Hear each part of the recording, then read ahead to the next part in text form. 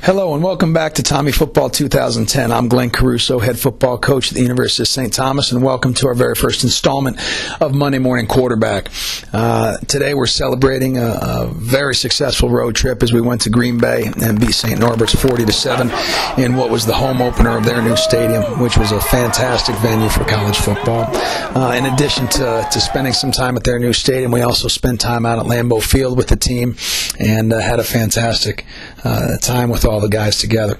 But obviously the highlight of the weekend was Saturday's game, and I thought our defense came out strong at the start, and they remained stalwart throughout the entire game. Some great performances led by leading tacklers Tommy Becker and Willie Barigi. Each had 8 tackles. On top of that, Willie had 2 sacks and 2.5 tackles for a loss, so very excited about that as well. Banner day for Brady Irvin, who had a wonderful performance. He had 2 interceptions, one which he returned all the way for a touchdown, and another timely pick later on in the game.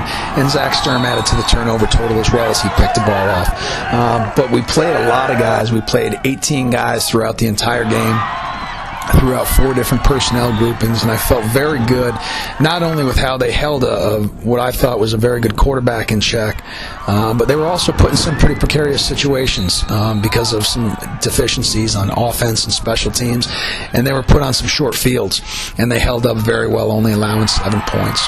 As I said, we got to play a lot of guys, and it felt really good to get out there and run around. I think we have some very good athletes, and I think the defensive staff does a very nice job coaching them and getting them to play clear-minded, and that showed on Saturday. The special teams left a little bit to be desired in terms of consistency. There were some very high spots, but there were some very low spots as well. So in addition to Fritz Waldvogel's tremendous day, he had 2 punt returns of 40 yards or plus that set up some scores for the offense, and that was tremendous. And we did have 2 field goals, the second being a 42-yarder by Luke DeWall, and Timmy Albright hit a shorter field goal early on, and that was good. But overall, we had a few issues. The punt was blocked, and we also left a punter, which gave them another possession. So, as I said, some high highs, but some low lows, and we got to smooth that out and make that effort a little bit more consistent. But we did get some pretty good effort out of some key guys down the stretch, and some of our freshmen got on the field early on special teams and really did make an impact, especially in the coverage game. On offense, really didn't hit our stride on offense until probably second half. We came out, we scored on the first 2 possessions. I think we felt good about that and didn't get our 3rd possession until probably halfway through the second quarter.